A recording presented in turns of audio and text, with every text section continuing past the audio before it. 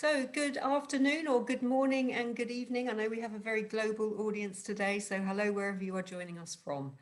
And welcome to today's webinar on remote access. So looking at whether the move to hybrid working can unlock greater diversity. I'm Siobhan Benita, I'm a former UK civil servant, and I'm delighted to be chairing this webinar on behalf of Global Government Forum, which is a publishing house that supports civil servants all around the world. Now, in terms of today's topic, the move to remote working has fundamentally changed the working practices of civil servants all around the world, with many elements of government administration and policy development moved out of offices in a rapid response to the coronavirus pandemic in particular.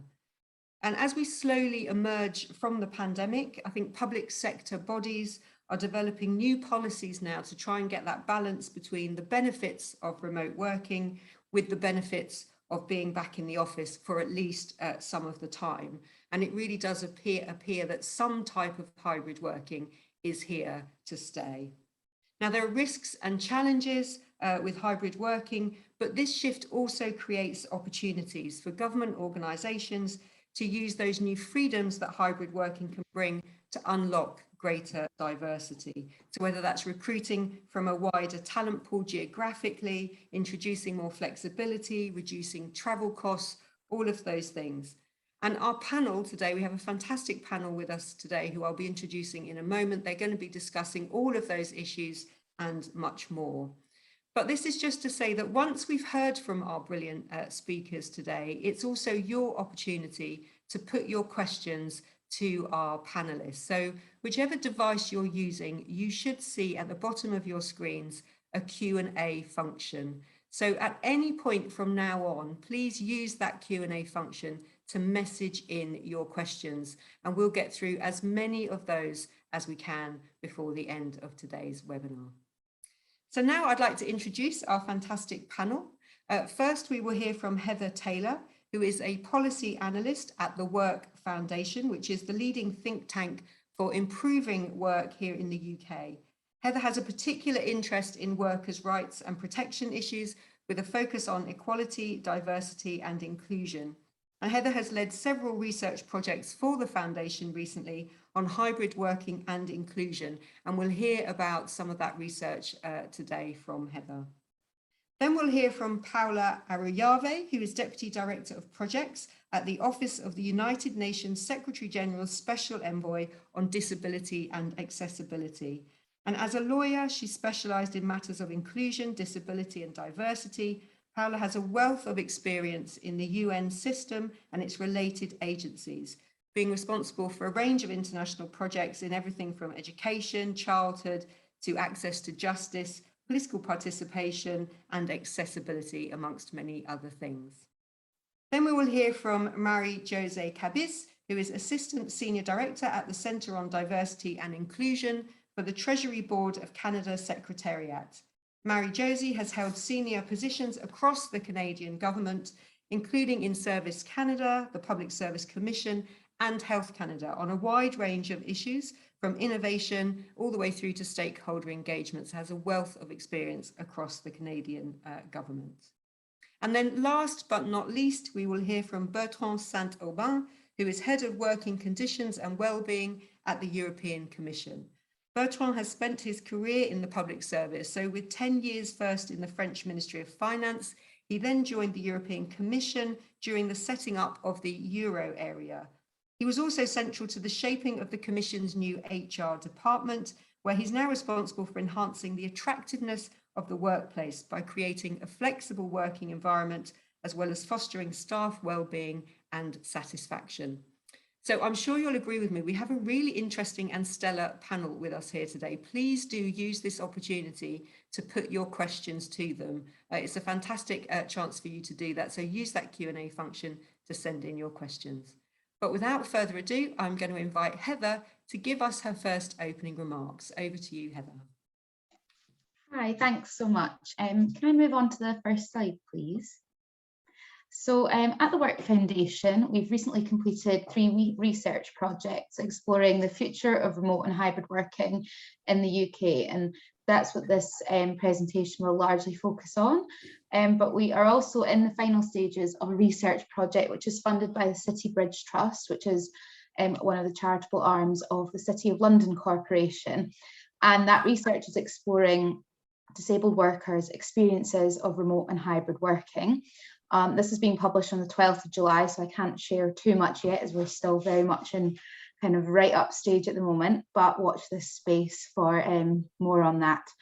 So as we all know, the pandemic has driven a surge in remote working.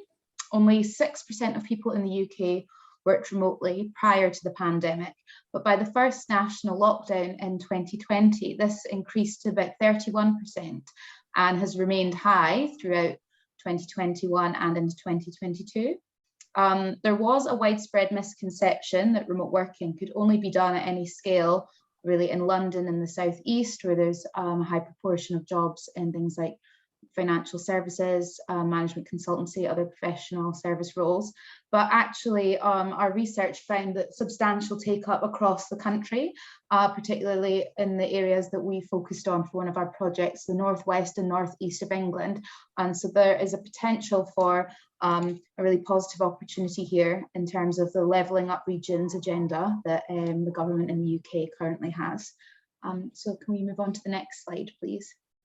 So it's perhaps unsurprising that the pandemic has prompted this lasting shift to remote and hybrid working in many organisations. So close to 9 in 10 workers that we surveyed last year said that they don't want to return to pre-COVID working patterns, although there is substantial variation in what people do want, which is a challenge that employers and managers will have to contend with over the coming months and years. Hybrid tends to be the preferred approach. So on average, people want to be working from home 2 to 3 days a week and in the office the rest of the time. So next slide, please. And despite the sort of benefits to this though, and the increased take up, barriers do still persist.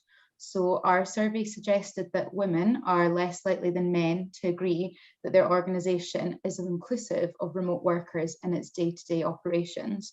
And we also found that women feel less comfortable than men in asking their line manager to be able to work remotely. Around 20% of managers that we surveyed also suggested that the move to remote and hybrid working could create barriers for women in the workplace, which is obviously problematic. Next slide, please. So more than half of UK managers that we surveyed have the power to decide where their staff can work. So whether that's at home or in the office. But 1 in 5 employees whose line manager decides their working arrangements aren't happy with this. And so a higher degree of line management discretion appears to create a barrier here, with about 59% of workers whose line manager decides where they work feel comfortable, but obviously there's still a significant portion that don't feel comfortable with this. Next slide, please. So where line manager discretion frequently overrules the autonomy and preferences of employees, there are signs that this can create discontent. But where managers are supportive and also role model remote working and other flexible working practices, this makes workers significantly more comfortable in requesting to remote work. This support is particularly important for disabled workers. This is what we found. 61% of disabled workers said that they felt comfortable asking to work remotely because their line manager was supportive of this. Next slide, please. So now is the time to look at ways of managing your organisation and making it more inclusive, adapting what has worked and changing what hasn't. But nevertheless, traditional views of the workplace do still stand. The managers that we surveyed say that hybrid could limit workplace opportunities for specific worker groups, including young people, disabled workers, and people with caring responsibilities. So this is obviously a huge concern.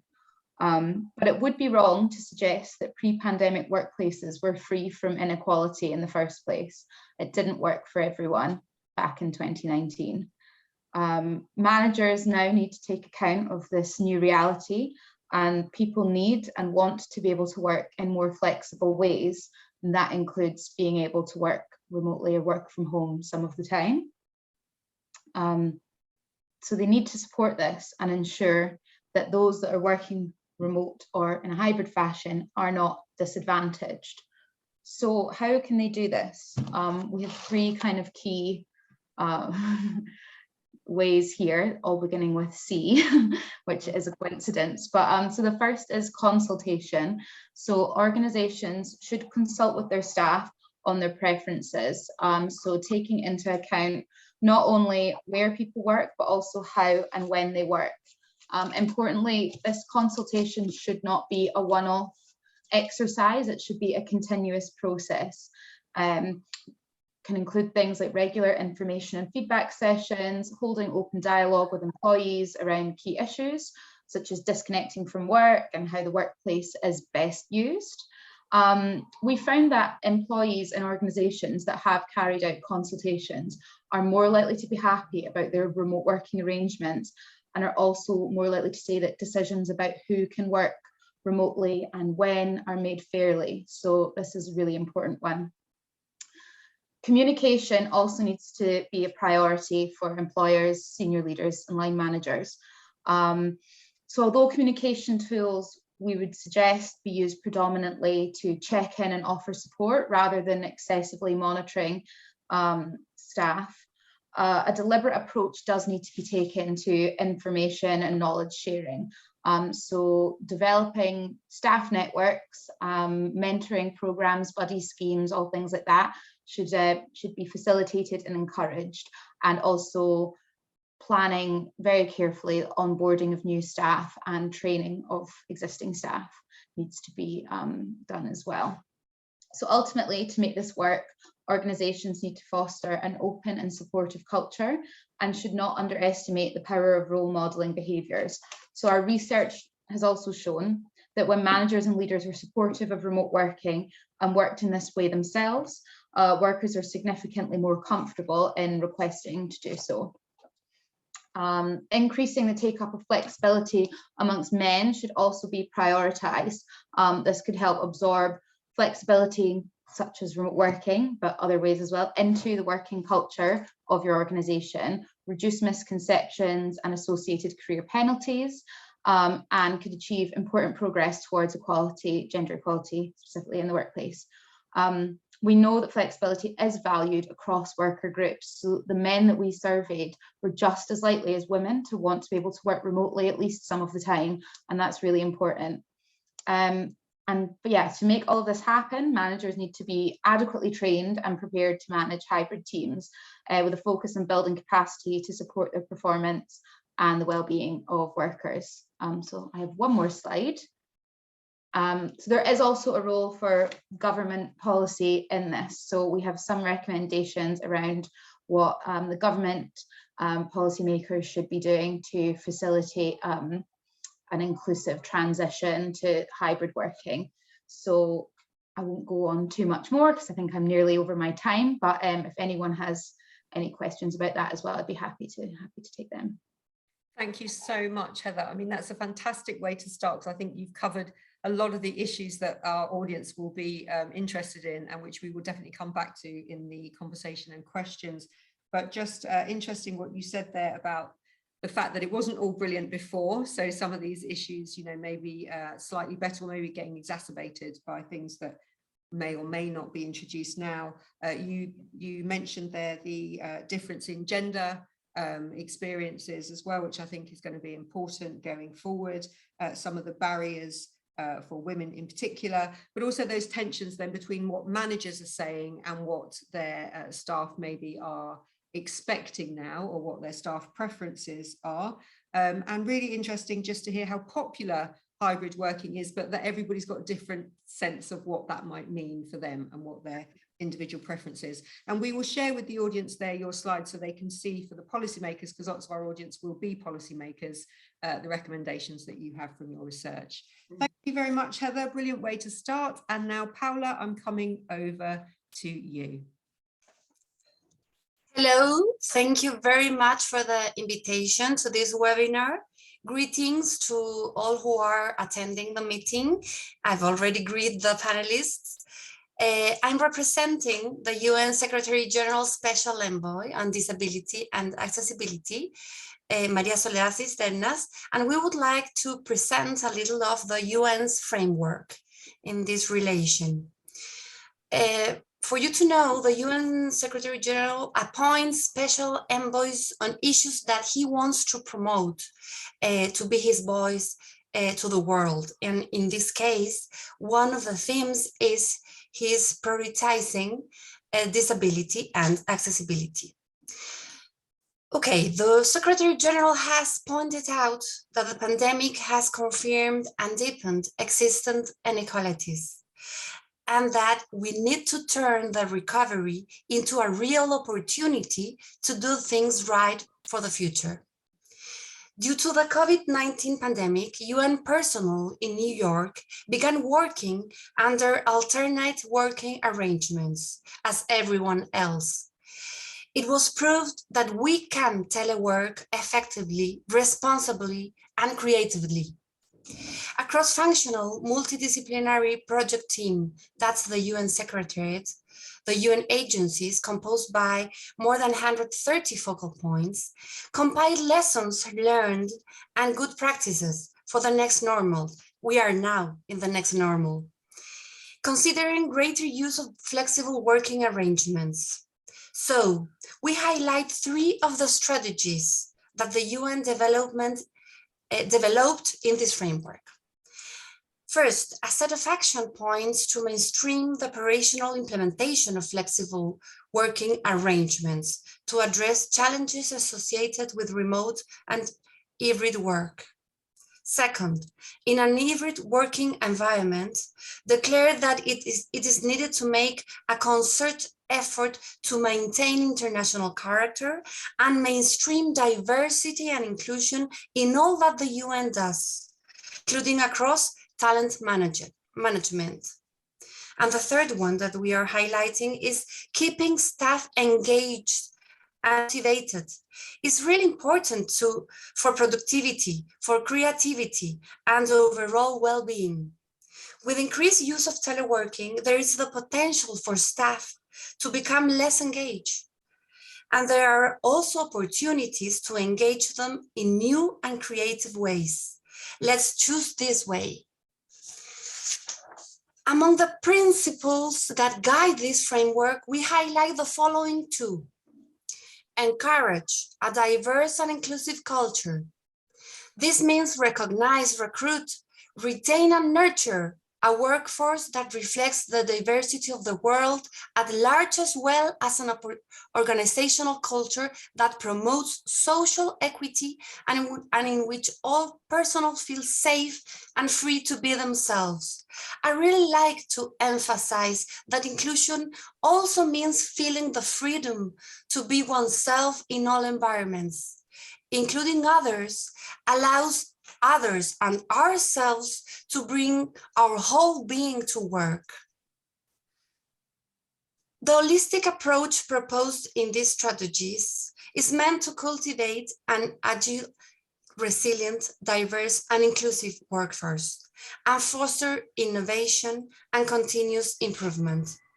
The invitation is extended to review this framework that considers the rights approach of the Convention on the Rights of Persons with Disabilities, the 2030 Agenda on Sustainable Development, and the UN Disability Inclusion Strategy as a practical experience of inclusion in the UN, leaving no one behind. Last week, at the 15th COSP, this is the Conference of the State Parties for the Convention on the Rights of Persons with Disabilities, the Secretary just said regarding this strategy that we need to move from the headquarters to the field. We are now here in the field. The United Nations Disabilities Inclusion Strategy provides a foundation for sustainable and transformative progress on disability inclusion through all pillars of the work of the United Nations: peace and security, human rights, and development. Finally, the model of human rights of persons with disabilities recognized by the CRPD, this is the convention, emphasizes that disability is produced by the barriers that persons with disabilities face, restricting their full and effective participation in society. It is important to add that participation in society means exercising fundamental rights and freedoms, and the exercise of one of these is the right to work. Thank you very much. Thank you so much, Paula. I mean, a really great way to build. I think some of the things reflecting what Heather said there, really interesting to hear as well, the focus at the end there on the rights of people with disability based on the recent conference. In particular, like what you said, obviously about the full and effective participation. So really making sure that people with disabilities can participate fully in the workplace. But also just what you say on diversity and inclusion in particular. So some of those risks in the new future, the next normal that we're in now, about how do we make sure that staff are kept engaged and motivated in this more kind of hybrid and remote landscape. And something that I think Bertrand might have some sympathy with as well, which is how do you do this and still maintain the kind of international character and the diversity as well when you're working across so many different countries. So thank you so much for that. Lots of food for thought to the audience. Please do get your questions coming in, because there's lots of stuff already there that we can unpick in the questions afterwards. Mary-Josie, I'm coming over to you now. Thank you very much, and thanks for the opportunity to have this conversation with all of you. Before I start, I want to start by telling you that in Canada today, this is, well, everywhere, this would be the summer solstice, but in Canada, this means it's National Indigenous Peoples Day. Where we recognize and celebrate the unique heritage from First Nations and Métis and Inuit cultures across the country. It's a really important time. It's actually part of our National Indigenous History Month. And as we try to get better at building a stronger nation-to-nation relationship, it is a really important day and time to celebrate and this. So my name is Marie-Josée. My pronouns are she, her. And I'm going to tell you a little bit about our experience in Canada, so in the Canadian Public Service.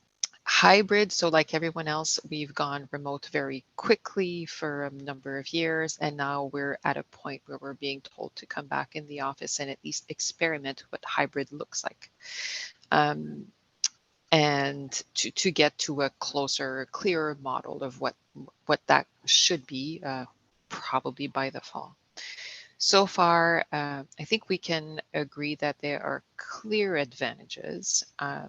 So as you know, Canada is a huge country, and we tend to, work is dispersed throughout the country, but really there's a concentration in our national capital region, which is around the Ottawa region. And this ability to work remotely has completely opened the possibility to hire much broader. So hence we have a much wider geographic pool of people we can recruit. And from a diversity perspective, that's really important because it means we have access to pools of various communities across the country. We do have a bit of a twist to it because in Canada we have 2 official languages, so we need to, it's a bit of a nightmare in figuring out where the position resides, so who should be speaking 1 or 2 languages. But I think those policies we can figure out over time. It does, however, let us have, as I said, access to a much wider pool of colleagues. It also helps with exchanges between different regions in Canada, because again, with the vast country that we have very different realities from east to west and north to, well, south is very relative, but anyway, I'll say south. And it actually can just increase our ability to make better policies and offer better services at the end of the day when we understand each other better. From an Indigenous colleague's perspective, it's also very useful in that we can now more easily attract Indigenous people because they could work from their communities. They don't have to leave their community. They can actually work for the federal government and stay put instead of having to move to the Ottawa or National Capital Region. Another point that is actually a little sad is that unfortunately we think that many feel safer working from home. So there's a couple of points to this. One is we know that we've had colleagues from Asian descent who were very worried about coming back to the office and having to be in, commute and having to face the Asian hate that we've heard and seen so loudly. So that was a deep concern. The other concern is that, of course, it's too early to tell if there's an actual correlation, but we have one of the tools we use to measure how we're doing in the public service is our public service employment survey, which among other things measures perceptions of harassment and discrimination. And the last round of the survey actually saw numbers of discrimination against, I'll say equity seeking groups, but it can be equity denied groups, or anyway, there's multiple ways to say it. But the numbers went down. So of course, now we're wondering why that is. And there is a possibility that it is because they're not in the office. They're not facing on a daily basis workforce aggressions or difficult conversations and so on. So while it's great that our colleagues feel safer, it's not great that the reason behind it is maybe that it's because they're actually more isolated at the end of the day. It does help because we know that there's a heck of a lot less stigma around accommodations for some of our colleagues with disabilities who can just manage their own accommodation from home. And also colleagues who are gender fluid or trans or are non-binary about the use of bathrooms. They don't need to figure out which building they can go to find the appropriate bathroom without being looked at. Let's just leave it at that. So those all point to really issues with our workplace more than opportunities of hybrid and remote working. Finally, we have to recognize that not everybody can work from home. There are a lot of people, we tend to think that, this is great for everyone, but not everyone has a supportive work environment. Not everybody has the physical space to do it.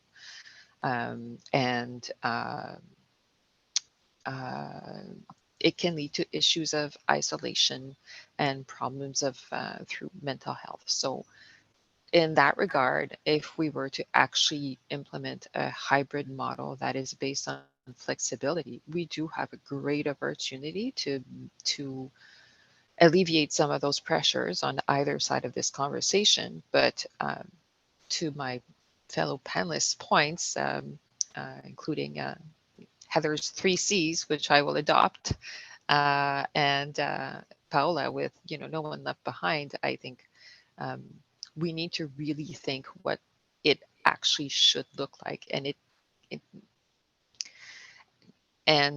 have a model that is not the same for everyone. I think that notion of flexibility is going to be absolutely key.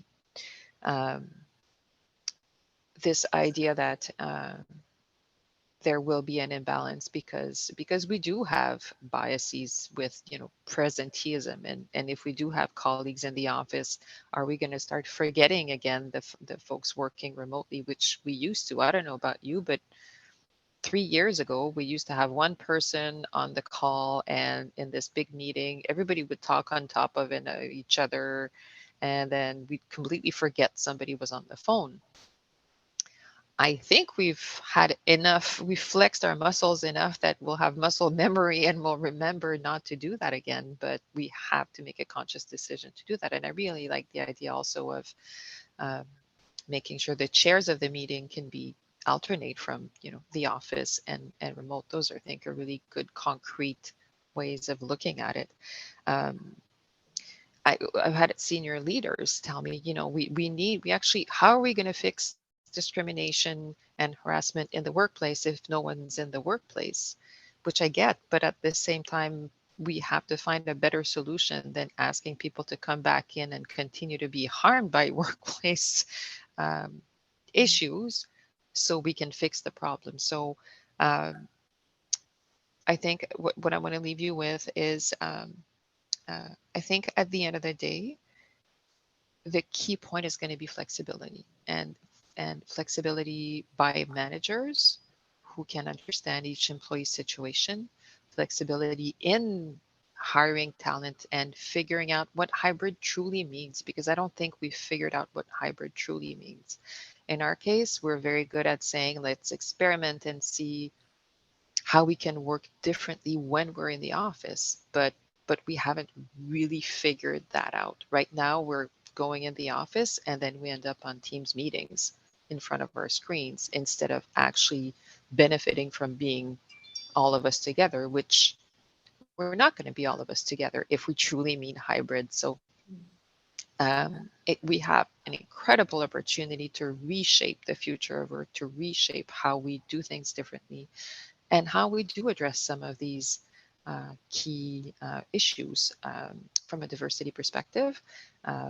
So let's take the time to do it seriously and do it right, because this could unlock a huge potential for all of our public services to, at the end of the day, create better policies and better services for citizens.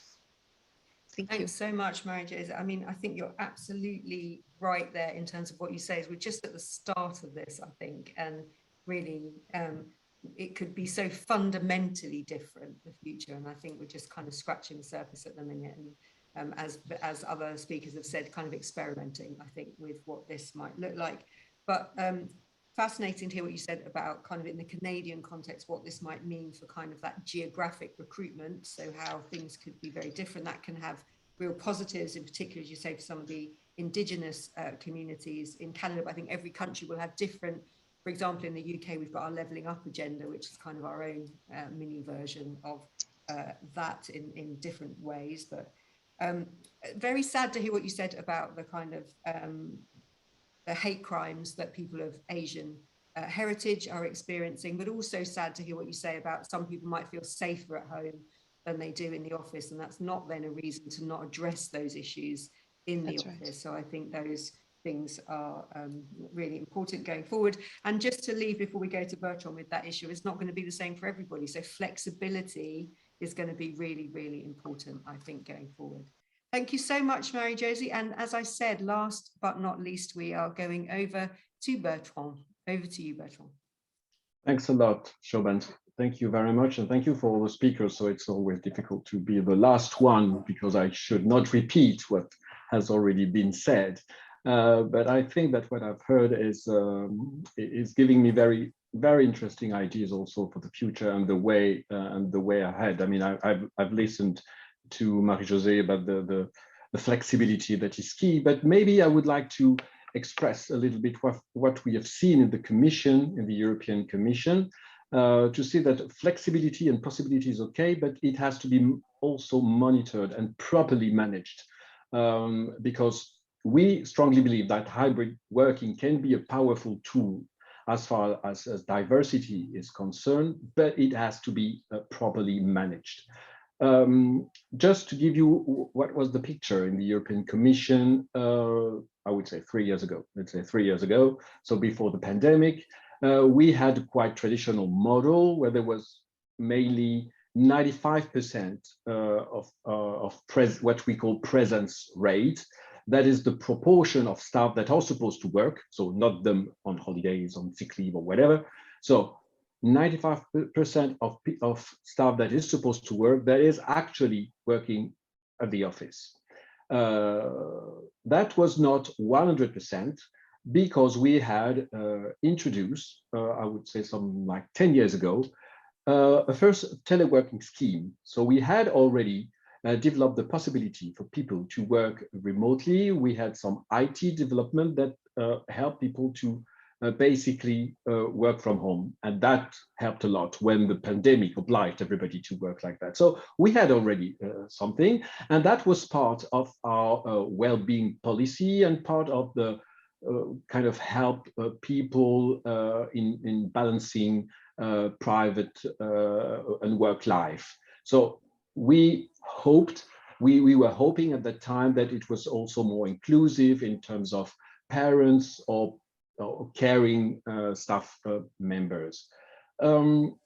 This teleworking scheme basically was on a request basis. So either it was ad hoc basis, so you would ask for one day because you had to concentrate on a specific project, or you would request a kind of formal agreement with your manager and the HR department, by which you could have up to 2.5 days of telework per week.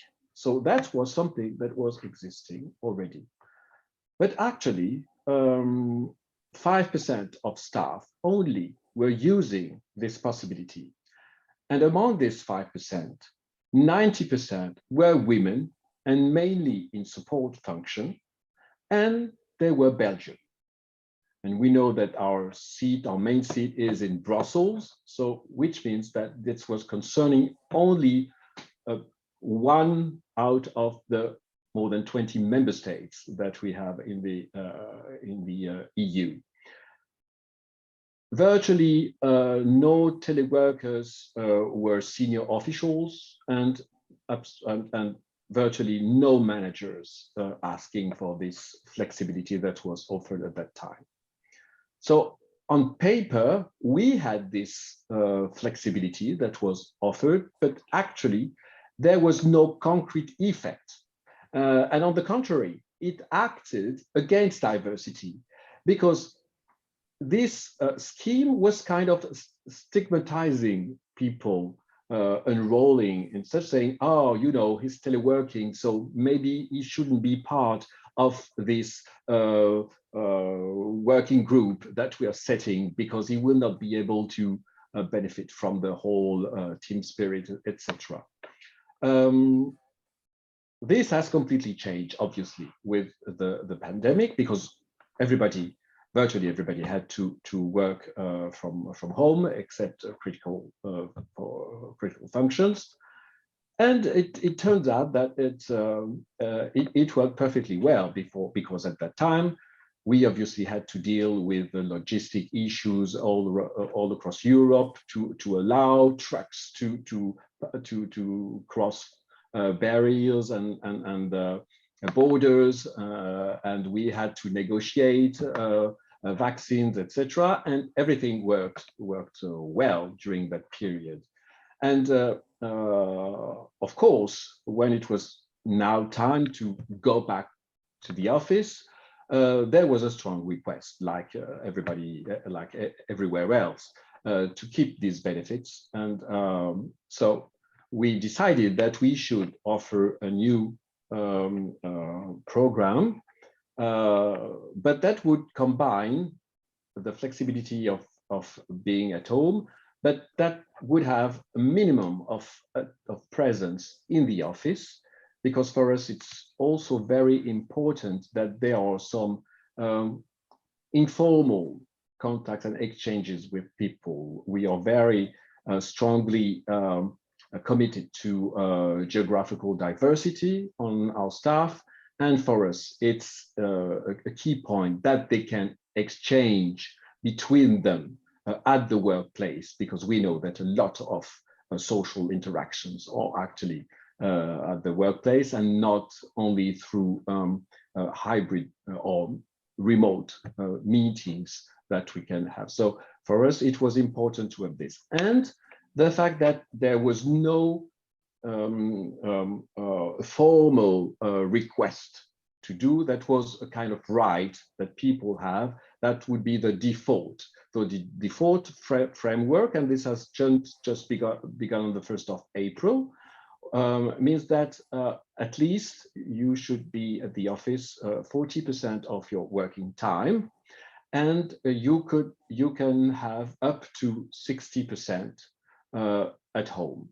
Of course, this flexibility may depend on your functions and discussions with your management, but that's the broad, the framework, with no specific contract or formal agreement to benefit from this. And we see that with this, as a lot of people are actually using this, I mean, virtually everybody now is using this flexibility. We see that, yes, we can benefit from the diversity that we wanted, the fact that we wanted that this, all you mentioned, Marie-Josée, about the fact that, yes, being remote, being not always at the workplace, can improve the integration also of staff who may face sometimes difficulties in the day-to-day life in the office. We know that it's true. So they could benefit from this without being stigmatized as not being fully part of the working force. So what we think is that actually diversity and efforts we do in terms of diversity is not just a question of putting in place schemes or having right demographic figures, but it's also having the right follow-up and ensuring that this is rightly approached, avoiding of office presence, presenteeism, as you mentioned it. And in our new scheme, there is a specific provision which allow it to precisely follow up the number of women and men benefiting from this scheme. And it is important that we have to report on this and signal whenever we would see like a trend, knowing that would change or that would stigmatize one part of the population. And I think it would be probably one thing at stake in the future, to know whether this scheme will continue to be balanced and will concern everybody, and that there will not be a fraction of people that will tend to come back full-time 100% of the time in the office, and that progressively those not being in the office all the time would then progressively be being marginalized. So this is something that we will have to follow up, but always also making a good place for working also in the office. Bertrand, thank you so much. I mean, yeah, interesting to hear that the European Commission have now launched this new framework. So I think you're probably one of the first kind of major organizations to have kind of set out how you want to start to go forward. 60% then as the default that people can work from home. Interesting that you hear, you know, that difference in kind of from before the pandemic, seeing this as something only certain, maybe relatively junior roles would do, to now something that everybody sees as being of benefit. But very important what you said there now, the importance of monitoring how this is working going forward to make sure that you're not creating new silos, new inequalities, kind of new problems going forward. So very much that focus now on monitoring of this and seeing how it's affecting different people within the workforce. Thank you so much, everybody, for those brilliant opening presentations. We do have some questions coming in already, but please, to the audience, keep your questions coming in. I just want to kick off with something myself, because I think you all touched on this in different ways in your presentations, and that's the importance of kind of managers in this hybrid future. I think you all brought that in different perspectives. So my question is, what skills do you think managers are going to need in a hybrid future to make sure that, you know, they do kind of consider fully diversity and inclusion of their workforce? And what skills do you think they need that they don't have now, and how is that going to be addressed? Heather, I'll come back to you, because your work in particular touched on kind of the managers and workers. So I'll come back to you first on this one. Yeah, I'm really interested to hear what everyone else has to say about that as well. I think one of the things that we've found in our research that is really important is that managers need to enable for their teams and people reporting into them this feeling of psychological safety, so that they feel safe to ask for what they want and what they need, first of all, but also we have this recognition that the organizational approach to remote working and hybrid working probably will involve a degree of experimentation. And, you know, as an organization or as individuals, as teams, we might not get it right the first time or the second time or the third time. It's a bit of an iterative approach, but making people really feel psychologically safe to have those conversations, to kind of be their authentic selves in terms of the feedback they're giving, being honest about what is actually working for them and what is not working for them, the changes that they want to see. So I think that's really important. And then also the ability to set really clear expectations around kind of performance and responsibilities, roles, other things like that. So that's always important, but I think that's going to be even more important when you are working kind of in a more distributed way. So yeah, and also the ability to kind of devolve certain responsibilities to certain people, to line from, you know, sort of more senior managers, devolving some decision making to line managers, and then just ensuring that there is a consistency in approach. Around.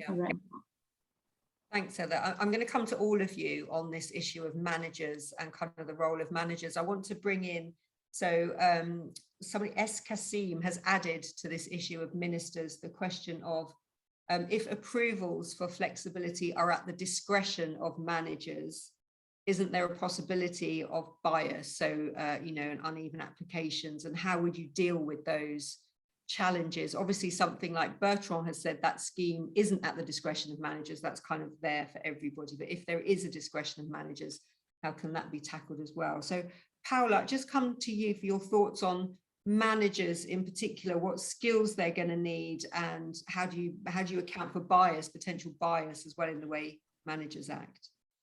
Yes, thank you. I think the focus post-pandemic is not only results. Managers must know now that the well-being is more seen. So importance of team building activities, really. The flexibility is a second one. I think the first one is the center of persons and our well-being at work. The second one, as I said, flexibility, to develop guidance on new ways of working, to introduce new meeting protocols, to review generic job profiles also. Today they can open up, for example, as we said here, to geographic diversity, what does include different races, different ages, and so on. So, and the main one here is to, in relation to persons with disabilities, is to ask persons with disabilities their preference for the work modality, and make reasonable accommodation. That's on the CRPD, the convention, when they are required or needed. So I think it is the looking at the person in the middle as the center, our well-being, and second, the flexibility. Thanks, Paula. So this mix of kind of practical things that can be done, but also changing the culture, and as the trust, really important. Bertrand, I'm going to come to you just so you're not always last, and then I will mix up the order as well going forward. So Bertrand, your thoughts on kind of managers, and have you in your strategy done a particular focus on managers at all in this hybrid future? Yeah, indeed, because it's a big change for some and for a lot of managers actually, and interestingly, it's also depending on the citizenship of the managers. Some depending on their geographical origins, they react differently, and maybe they're lost. And they, oh, I have to monitor that 40% is there, so how can I be sure, etc. So what we say, our mantra is that now you need to have trust, and to entrust also people with whom you work, because otherwise this cannot work. Before you were reassured because people were in their office, they were supposedly working, and they were here, so at least you were okay. Now it doesn't work like that. So you have to build on trust. And also you need also some help from HR when you have some red lights or orange lights about some staff members who seem not to be completely engaged or have some problems actually in managing this new flexibility, because it happens, as Marie-Josée also mentioned, some people are just, it's very difficult to manage this new way of working. So trust. And so we have set up a series of information session, training and specific managers groups where they can exchange. They can have coaches in some instances, because we know that it's not something that you it's not a quality that you gain on one day just because you have said that you want that. And about the discretion of managers, so there is some discretion for managers in our new framework. Because we know that depending on the services, it might be a little bit different, but there is transparency, and we have a specific joint committee also with staff representative where we follow up all these questions. It's very transparent, so that there's also peer pressure that managers, they know that, okay, if the others succeed in doing that, that I should be aware, or everybody will leave my unit, and that it could be a problem. Thanks, Bertrand. So you've got trust, training, and transparency there. I like that. Oh, yeah. Marie-Josée, you mentioned in your opening remarks, I think, quite a lot about management. You talked about the risks about presenteeism, for example, but also what's the point of kind of having everybody back in the office if then when you have meetings, you're all sat in front of a laptop, you know? So your thoughts on kind of the manager side of this? Well, I have to say I agree with my panelists. My first point on this was trust, to go back to what Bertrand was saying. I think at the end of the day, it starts with the culture of the organization that we're going to need to work on to make this work properly. Specifically for managers, I think, first of all, you need to be self-aware, to understand where you sit and where you are in this environment, what your personal feelings are towards this hybrid and so on. But more generally, how you manage people and how you show up as a manager. Of course, from my perspective, from a diversity and inclusion perspective, that includes what, for lack of, I haven't found a better expression yet, but what we call cultural competency. Actually understanding that not everyone should, be treated the same, and not because everyone brings something different to work. And that's actually how the workplace becomes so much richer. And to Bertrand's earlier point as well on the follow-up and follow-through, I think I didn't touch on it on my opening remarks, but the data measurement is going to be key to see what actually are we doing properly, and what's working. And that includes, of course, both from the manager's perspective, but also we need to survey employees regularly so we can improve as we go, because if we want to get hybrid right, I think we're not, we need to take everybody's perspective on it, and to make sure no one's left behind, and to make sure that these issues of the presenteeism bias actually doesn't continue. We need to be really clear on keeping the pulse on the organization. I think that issue of consulting people has come out very strongly. So one of the 3 C's. The 3 C's, exactly. So we've got an issue, a question in from Jacqueline Romero here, who has said, should we acknowledge and work towards how we support people who don't have the income to work from home? So for example, on a basic level of paying for the extra heating and electricity, which at this moment in time, the cost of living crisis are real considerations. So what is the extra cost to the employee of working from home? And I wanted to add to that question, for example, if people have had accommodations, adaptations done for them in the office, who should be paying for the cost of having those adaptations done at home as well? So is there a recognition that there might be some at least initial additional costs here, who should pay for those, but also, as Jacqueline's question is, who should pay for these costs of working from home if you're on, ongoing costs, if you're the employee working from home? Paula, I'm going to come to you. Have you had any thought on this very specific practical issue of kind of the cost? Here, I think that we are not talking about benefits or favors for persons that are working. We are talking about rights. So I'm pretty sure that the cost corresponds to the employer. And in the case of persons with disabilities, we have the reasonable accommodation. So here's like the fundamental right to work at home and have paid the extra cost. Maybe the offices are gonna be, they're gonna reduce space and use of electricity, water, etc. So I think employers should have this cost for them, and the rights for workers. The rights are of the workers. I mean that. Thanks, Paula. Bertrand, is this something that you've considered as well? Is there, because it even has kind of contractual implications, doesn't it, if people are working from home, travel costs in and out of the office. So is this something that the Commission has thought about as well in terms of their strategy? Yes, actually, in our new framework, it's even provided for. For the moment, we provide a screen, all the materials that you need, a chair, because we know that that's where come the problems sometimes.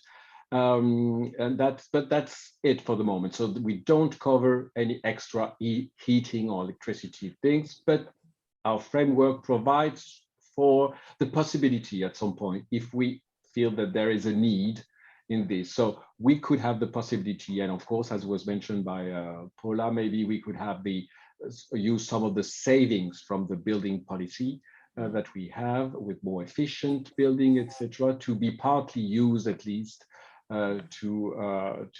towards staff to compensate at least a part of their extra costs. Thanks, Bertrand. Marie-Josie, is this something that you've considered as well? And do you have people saying now that the costs have gone up for them in a different way from working from home? Actually, it's an interesting point, because we now have folks being very unhappy with the increased cost of going back to the office, mostly from a commute and parking perspectives. What's happened is, when this first started, we did the public servants were allowed to order some specific furniture, chair, tables, so on and so forth. They had some money, or I think it was a tax credit. It's been 2 years now, to equip themselves at home, ensuring that the workspace at home is accessible, is indeed a right. Although I think it's important to mention that most accommodations are not very costly. That's a myth that we have to work on. Accommodating employees, for the vast majority of them, is actually, there is no cost or very little cost to it. And then the other thing is, there was this recognition that not everybody was set up to work from home. So other than some very stringent periods where COVID was at its highest, folks could come in the office anyway. They could make a request to say, I can't work from home for whichever reason, and would request to come and work in the office. I don't know that there is, I couldn't speak about paying costs for heat and so on, but my understanding is, in the balance of what I've heard, it's mostly about folks being unhappy about the increased costs of going back to the office, actually. Thanks. Heather, I'm coming to you. Am I right in thinking there was a kind of daily allowance for people in the UK if they were working from home during the pandemic? Yeah, so you could claim back a little bit in tax, basically. So it was a very, did work out to be quite a small amount, like a few £100s for the year in total. So there have been some people, obviously, who would want that increased and things like that. But actually, I think access to that now has changed. So if people are like choosing to work from home, I'm not sure that you can apply for that facility. But I had something to say around the kind of accommodations and things like that. And I think, you know, the other panelists have kind of got this covered. But yeah, I would just reiterate, as Paula said, that it's not kind of a benefit to working, and actually it is.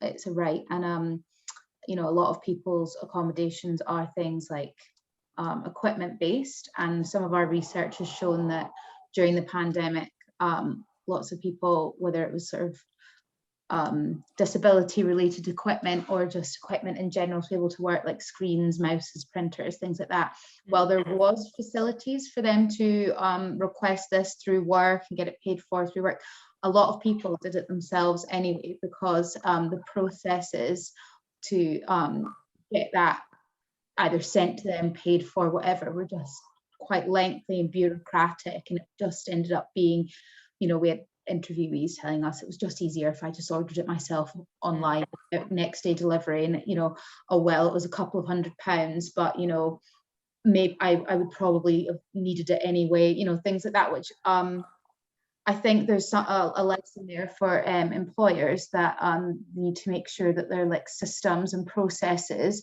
are straightforward, that people aren't having to go through some very lengthy kind of procurement process to get a mouse or a printer or things like that.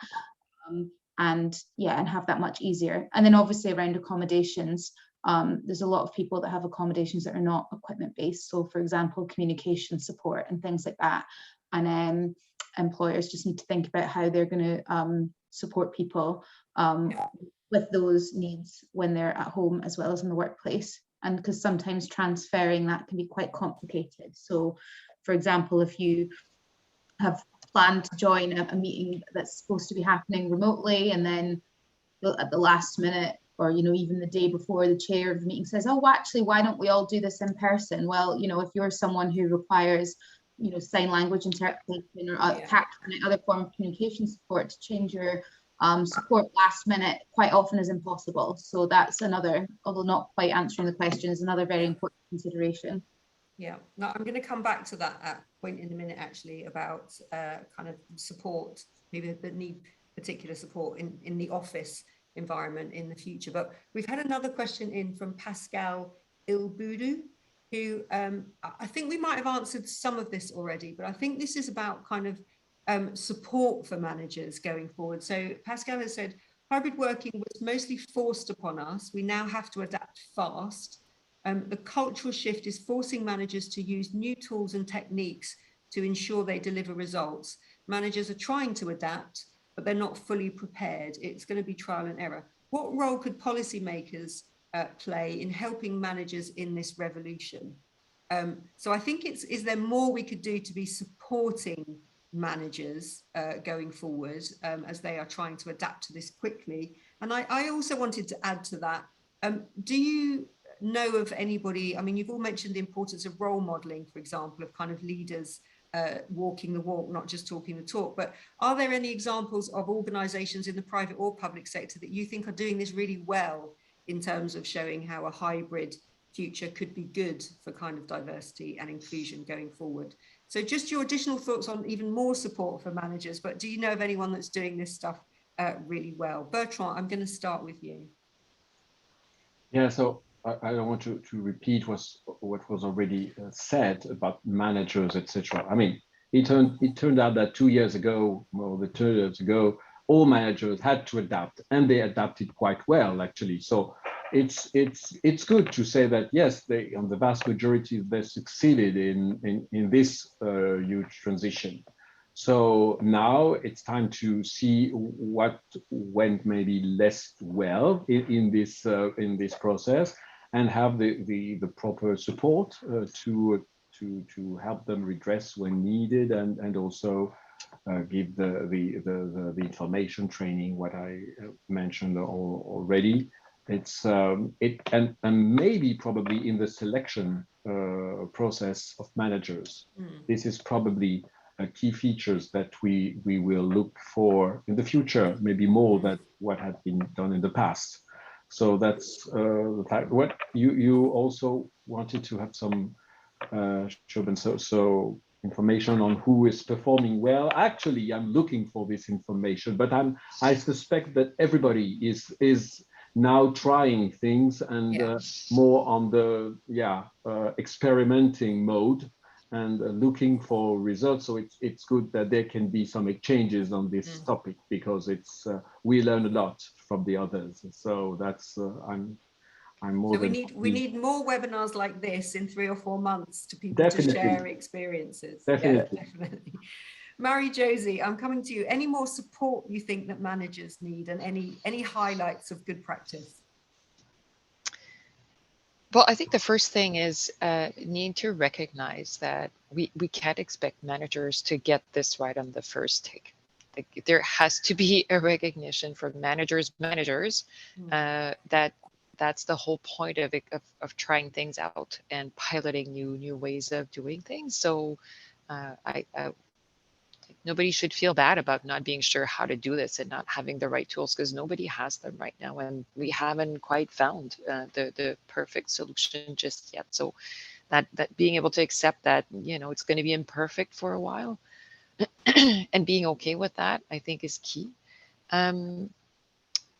There's two things I think that are going to be important. One is in your role as managers, because I don't the goal right now is to develop the right policies to make sure we do this right. But in order to do that, we need to document. We need managers to take the time to understand what works right and what doesn't work right. So we have, in our department at least, we actually have a forum every week, every time you go in the office, you send back feedback. What worked well, what didn't, from a technological perspective, from a, you know, type of meeting that we had, and so on and so forth,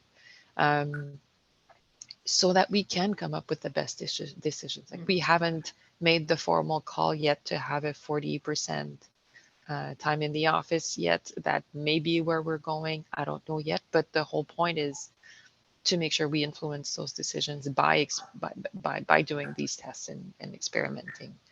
And the other thing is helping managers. So one of the things we've had issue with is telling people why. What are the benefits to go back to the office, right? So literally a communications package, an engagement package on lines as to what are the benefits, what is working well, why should we go back in the office?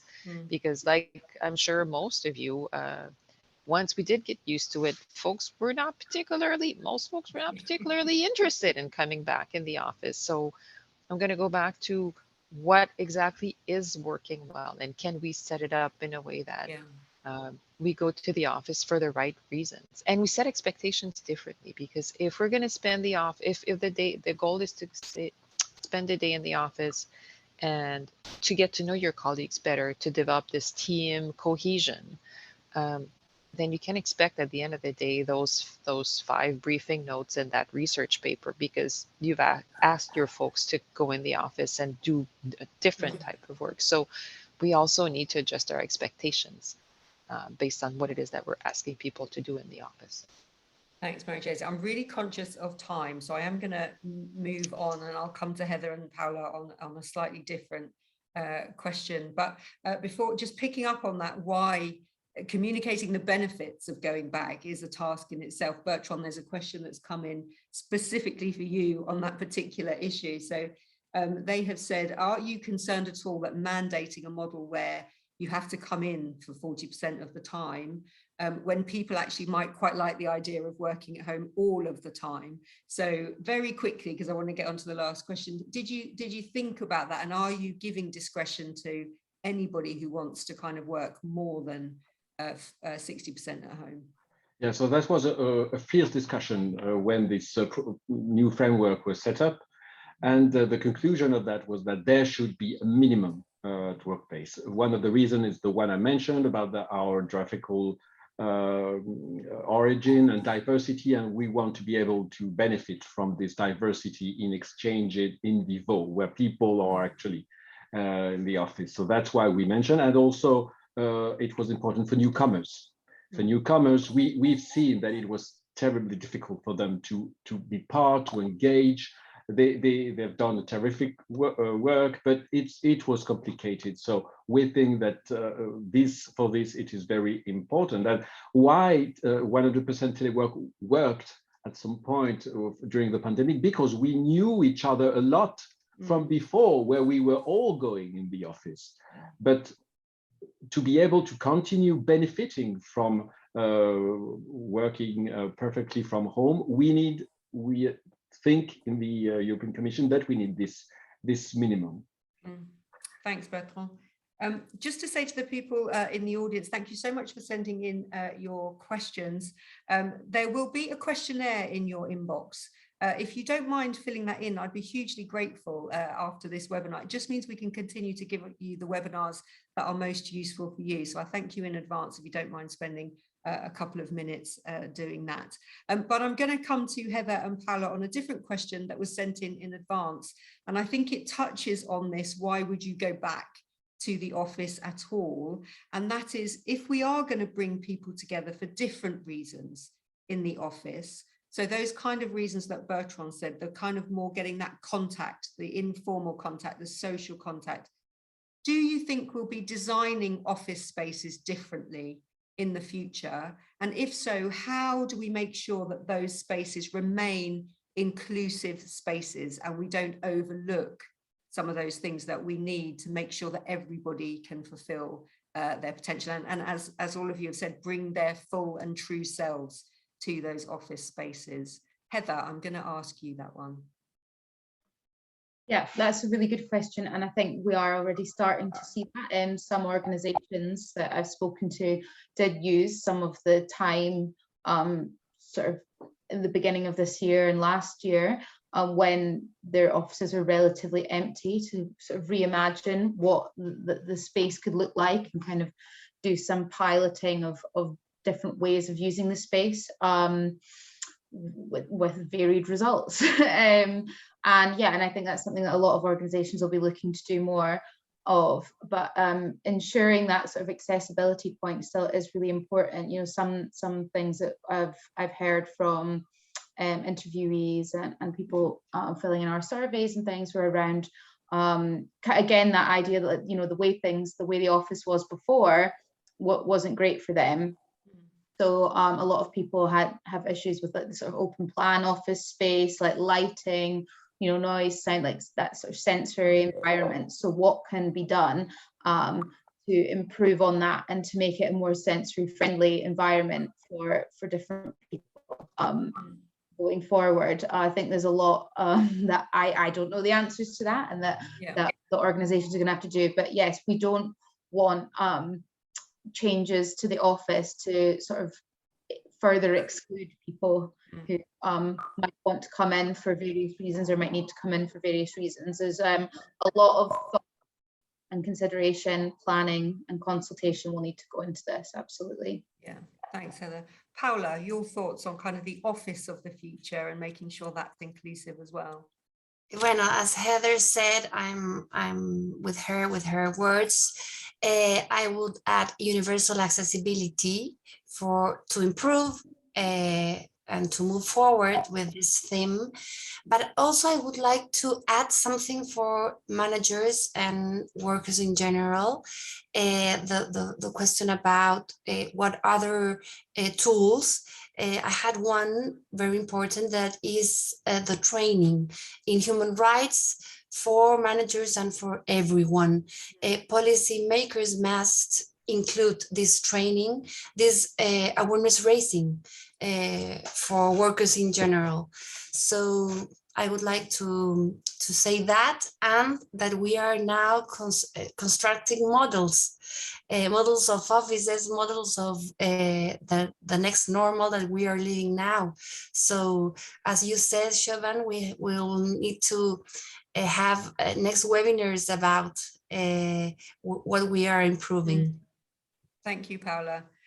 I can't believe how fast the time has gone. We are sadly out of time. That was our last round of questions. But I just want to say thank you to our fantastic panel. I mean, to Heather, to Paula, to Marie-Josie and to Bertrand. Thank you so much for giving us so much of your time your experience and your expertise today. We do have another webinar coming up, as you can see there. If you found this one interesting, we've got another one coming up on the 27th of June, which is around how governments can help SMEs make the most of tourism's revival. So if that's an area that you are particularly interested in, please do register for that one. You'll have the details there. But I just think what came out of today is really fascinating in terms of how different countries now, different organizations are starting to trial different things. And I do think it will be really, really useful to come back in maybe 3 months or 6 months to just do a bit of a compare and contrast and see how those different things are panning out. And as all of you have stated, how important it will be to make sure that employers consult with their staff, with all the different groups and all the different individuals in their staff, to see how this experience is working out for them, and make sure that they keep inclusion at the heart of their strategies going forward. To everybody, thank you so much for joining us today. We will be sending around a link of the video to everybody who registered, everybody who attended today. If you want to watch it all again or share it with your colleagues, you will be able to do that. And we will be writing up an article with all of the key issues that came out from today as well. So that will be coming around in a couple of weeks' time. Thank you so much to the audience, and thank you again to our fantastic panel. And I hope to see you at another one of our webinars very soon. Thanks, everybody. Enjoy the rest of the day wherever you are. Thanks so much.